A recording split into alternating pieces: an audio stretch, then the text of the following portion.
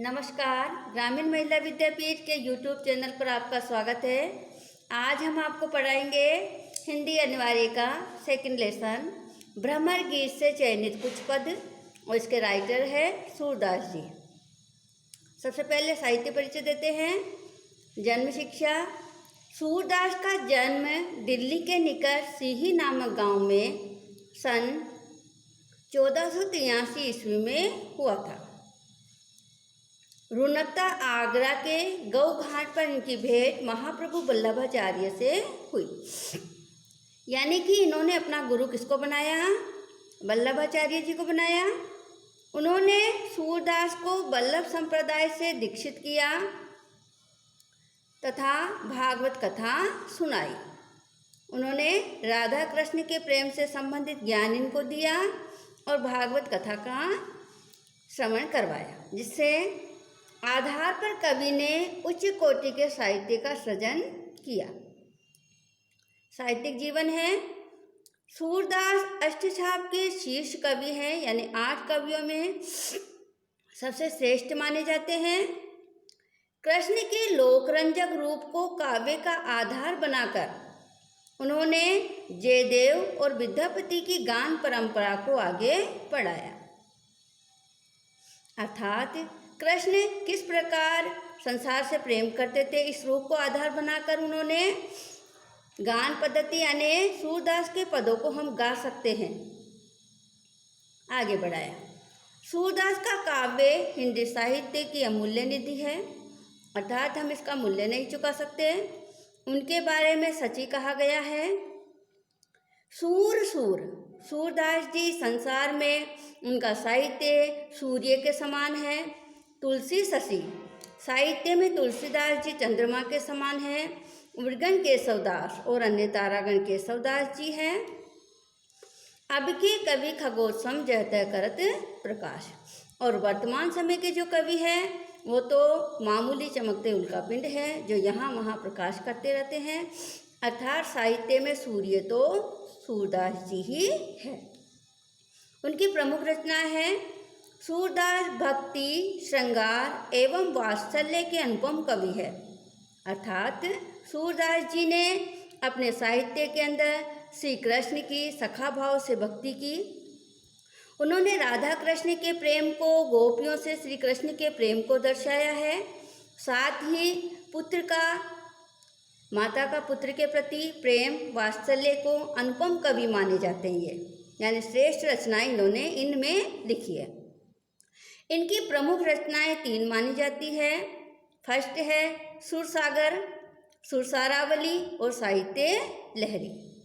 इनमें सुरसागर इनकी अक्षय कीर्ति का आधार है, अर्थात जो संसार में इनको प्रसिद्धि मिली, जिसका कभी क्षय नहीं हो सकता, उसका आधार सुरसागर मानी जाती है। इनकी भाषा शैली है। सूरदास ने ब्रजभाषा में श्री कृष्ण की लीलाओं का सुंदर वर्णन किया, अर्थात इनकी मूल भाषा ब्रजभाषा रही है। इनकी मृत्यु सन 1563 ईस्वी में हुई।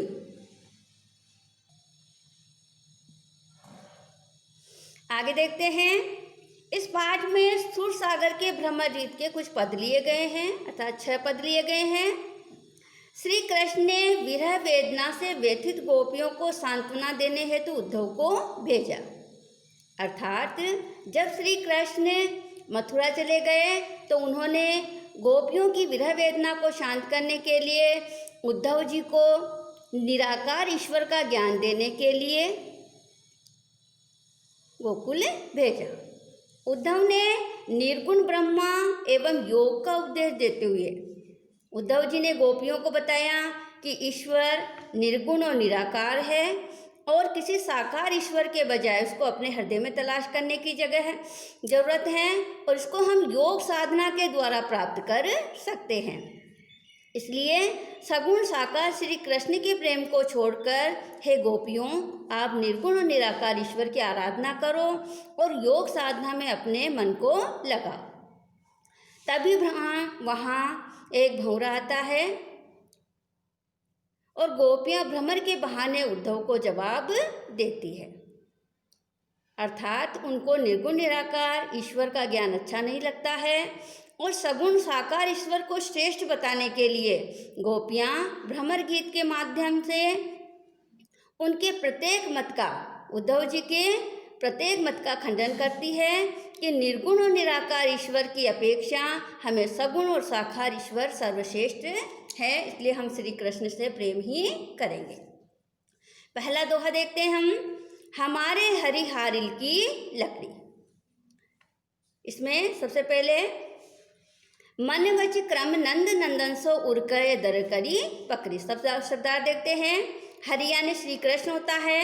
हारिल एक प्रकार का पक्षी होता है जो लकड़ी को पकड़कर लटका रहता है।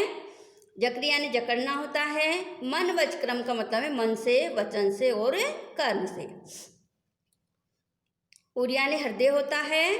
सोतु यानी साक्षात और प्रत्यक्ष रूप में, और व्याधि यानी रोग होता है। और यह तो यानी ये योग साधना रूपी शिक्षा। हम व्याख्या करते हैं। हमारे हरि हारिल की लकड़ी।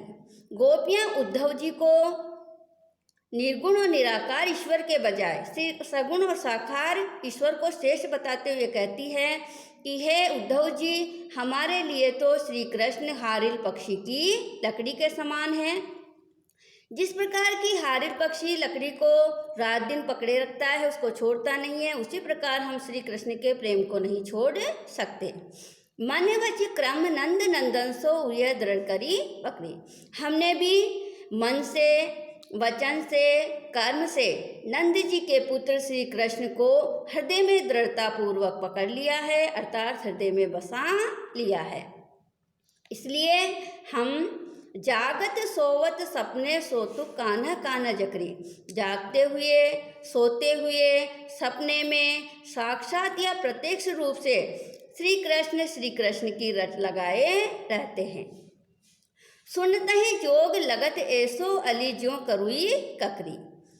गोपियाँ उद्धव जी को कहती है कि हे उद्धव जी, हमें आपका यह योग साधना रूपी उपदेश है, ऐसा ही लगता है जैसे कड़वी ककड़ी। जिस प्रकार की कड़वी ककड़ी खाने पर वह अस्वादिष्ट लगती है और खाने वाले को अच्छी नहीं लगती है, उसी प्रकार आपका योग साधना रूपी उपदेश हमें अच्छा नहीं लगता है। सोई व्याधि हमें ले आए, देखी सुनी न करी। गोपियाँ उद्धव जी से कहती है, हे उद्धव जी, आप तो यह योग साधना रूपी रोग हमारे लिए लेकर आए हो, और ऐसा रोग न तो हमने देखा है, न सुना है, न कभी किया है। यह तो सूर तिन्हें ले दीजिए जिनके मन चक्री। सूरदास जी सगुण और साकार ईश्वर को श्रेष्ठ बताते हुए निर्गुण निराकार ईश्वर का खंडन करते हुए गोपियों के माध्यम से कहना चाहते हैं कि हे उद्धव जी, आप ये योग साधना रूपी जो निर्गुण और निराकार ईश्वर का ज्ञान है उनको जाकर दीजिए जिनका मन चंचल और चलायमान है, जिनका मन स्थिर नहीं है। हमारा मन तो स्थिर है और हम श्री कृष्ण के प्रेम को नहीं छोड़ सकते। अगला दोहा देखते हैं। हम तो दुही भांति फल पायो। उद्धव जी को गोपियाँ श्री कृष्ण से प्रेम करने के बारे में बताती है और कहती है कि हमारे सगुण और साकार ईश्वर ही श्रेष्ठ हैं। इसके बारे में वो बताती हुई कहती है, हम तो दुई भांति फल पायो। हे उद्धव जी, हमने तो दोनों ही प्रकार से फल को प्राप्त कर लिया है। जो ब्रजनाथ मिले तो नीको नातर जस जस गायो। यदि हमें ब्रज के स्वामी मिल जाते हैं तो अच्छा है, नहीं तो सारा संसार हमारे यश का गान करेगा। अर्थात संसार में हम प्रसिद्ध हो जाएंगे कि संसार के स्वामी गोपियों से प्रेम करते थे। आगे देखते हैं। कहे वे गोकुल की गोपी सब बरन ही न लगू जाती। गोपियाँ उद्धव जी से कहती है कि हम तो गोकुल की गोपियाँ हैं और सभी प्रकार से वर्ण वाली हैं, अर्थात अत्यधिक सुंदर भी नहीं हैं, लघु जाति और छोटी जाति के हैं। फिर भी कहे वे कमला के स्वामी, और भगवान श्री कृष्ण कमला के स्वामी अर्थात लक्ष्मी के पति हैं। संग मिली बैठी एक पाती, फिर भी हम उनके साथ में एक ही पंक्ति में बैठती हैं, अर्थात उनके साथ रास रचाते हैं। निमग ध्यान मुनि ज्ञान अगोचर ते भय घोष निवासी। वेदों का ज्ञान करने वाले बड़े बड़े मुनि और ज्ञानी भी, जिनको अगोचर अर्थात प्राप्त करने में दुर्लभ बताते हैं, वो ये नहीं जानते कि भगवान श्री कृष्ण तो गोपालकों की बस्ती में निवास करते हैं। अर्थात श्री कृष्ण को प्राप्त करने के लिए बड़े बड़े मुनि ज्ञानी वेदों का अध्ययन करते हैं और तपस्या करते हैं, फिर भी प्राप्त नहीं कर पाते हैं, और वही मोक्ष प्रदान करने वाले ईश्वर गोपालकों की बस्ती में निवास करते हैं। ता ऊपर अब साच कहो, धो मुक्ति कौन की दासी। उद्धव जी को गोपियाँ समझाते हुए कहती है कि हे उद्धव जी, इसके ऊपर हम सच सच कहते हैं कि मुक्ति किसकी दासी है, मुक्ति श्री कृष्ण की दासी है। यदि श्री कृष्ण हमें प्राप्त नहीं होंगे तो भी संसार में हमारी मोक्ष हो जाएगी, क्योंकि बड़े बड़े ज्ञानी योग साधना से मोक्ष प्राप्त करना चाहते हैं और हमें सरलता से ही मोक्ष प्राप्त हो जाएगी। जोग कथा पा लागो उद्धव, ना कहूँ बारंबार। गोपियाँ उद्धव जी से कहती है, हे उद्धव जी, ये आपकी योग साधना रूपी कथा को हमें बार बार मत कहो, हम आपके पैर पड़ते हैं। सूर श्याम तजी और भजे, जो जाकी जन्नी छार। सूरदास जी सगुण साकार ईश्वर को श्रेष्ठ बताते हुए कहते हैं, जो इस संसार के अंदर श्री कृष्ण को त्याग कर, तजी यानी त्याग कर, और भजे किसी और ईश्वर की आराधना करता है, उनकी माता ने छार यानी राख के समान तुच्छ पदार्थ को जन्म दिया है, तुच्छ प्राणी को जन्म दिया है। इसलिए सगुण और साकार ईश्वर ही श्रेष्ठ है और हमें उन्हीं से प्रेम करना चाहिए। अगला दोहा देखते हैं। विलग जनि मानव उद्धो प्यारे, वह मथुरा काजर की कोशिश जे आवैते कारे। सबसे पहले शब्दार्थ देखते हैं। विलग यानी बुरा मत मानना, सुफलक सुत यानी अक्रूर जी होता है, मधु भंवारे यानी रस के लोभी भंवरे होते हैं, छवि उपजत यानी शोभा पाते हैं, मनिहारे यानी मणि व रत्न जैसी दमक वाले, कमल नयन यानी कमल जैसे नेत्रों वाले, नील भाट यानी कपड़े रंगने का बर्तन होता है, और पखारे यानी धोकर या साफ करना।